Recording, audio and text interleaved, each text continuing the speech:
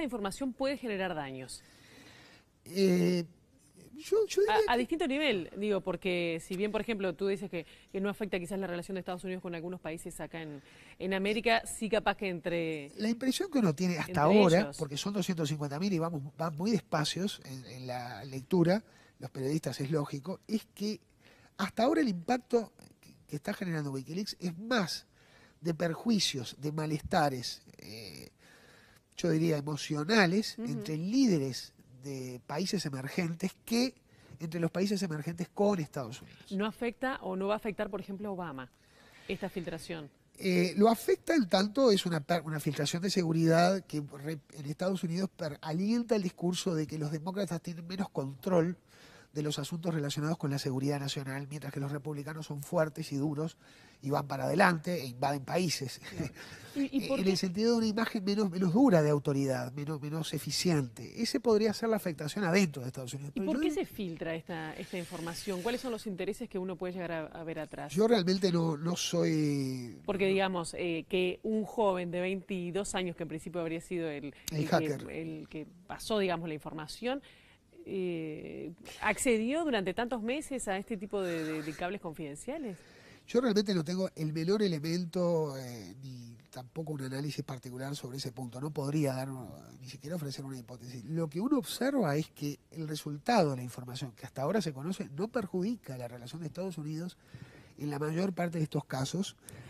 Hay cosas muy duras, por ejemplo, que se dice sobre Vladimir Putin o el presidente Medvedev en Rusia.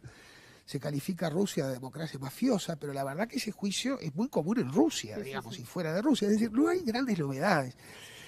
La impresión que uno tiene es que genera complicaciones entre los países emergentes. Ahora, esto no significa que acá podría haber habido una intencionalidad de difundir esta información para perjudicar a adversarios de Estados Unidos o generar lealtades. Lo que sí subrayo es que hasta ahora, por ejemplo, en UNASUR, mejor dicho, en la cumbre iberoamericana del fin de semana, la presidenta Fernández marcó la instrucción en el caso de Argentina, hubo un acuerdo con Brasil, hubo un acuerdo con Uruguay, de no hacer del tema de Wikileaks un problema de relación con Estados Unidos. Y eso en realidad dividió aguas con países que recientemente eran amigos de la Argentina o de Brasil, como Venezuela y Bolivia. Entonces uno diría, ¿cuál es el primer efecto? Bueno, el primer efecto no es generar problemas en la relación con Estados Unidos, porque Venezuela ya tiene problemas en la relación con Estados Unidos, sino generar complicaciones entre países más amigos de los Estados Unidos y países más enemigos de los Estados Unidos. Claro, le voy a hacer una pregunta con dos partes, digamos. Este tipo de filtraciones, ¿no? No controladas o controladas, como se la quiera ver, puede llegar a beneficiar a la sociedad en su conjunto respecto a saber algunas cosas que pueden llegar a que manejan los gobiernos y que no son públicas. Eso por un lado, ¿no? Pensando en que de alguna manera puede beneficiar a los más vulnerables, ¿no? De la sociedad, del ciudadano de a pie. Y por otro lado, esta misma filtración no genera que esa información confidencial no se encripte, no quede a manos de menos de personas. Yo tiendo a creer, a acordar con tu segunda afirmación. O sea, la tendencia, los gobiernos necesitan producir información reservada. Es parte de su funcionamiento desde que existe el Estado. En todos los países, en todas las sociedades, hay una dimensión de secreto que es inherente a la labor de funcionamiento del Estado. Es inherente. Porque a veces, incluso desde el punto de vista del interés del Estado, es más los costos de abrir el secreto son muy altos. Y podría mencionar muchos ejemplos.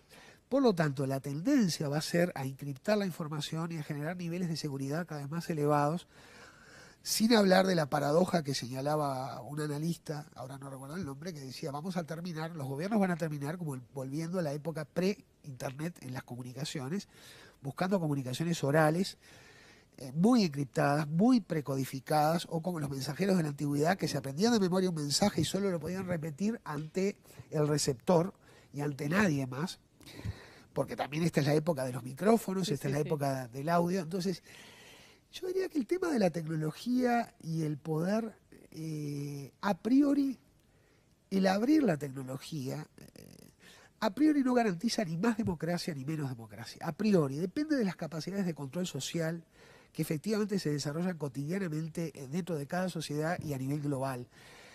Pero Wikileaks puede ser una contribución, aunque todos sabemos que la información última, todavía estamos viendo la forma Claro. en que se tomaron las decisiones de la invasión de Irak, por ejemplo, y realmente es sorprendente. Uno imaginaría que hubo un proceso muy complejo, muy concienzudo, muy serio de balance de riesgos y de posibilidades, y la frivolidad con la que se tomó la decisión fue asombrosa. Pero lo estamos sabiendo 2003, 7 años después de que ocurrió la invasión. Está bastante bien, es bastante cerca, pero eso no impidió que la invasión se concretara. Claro.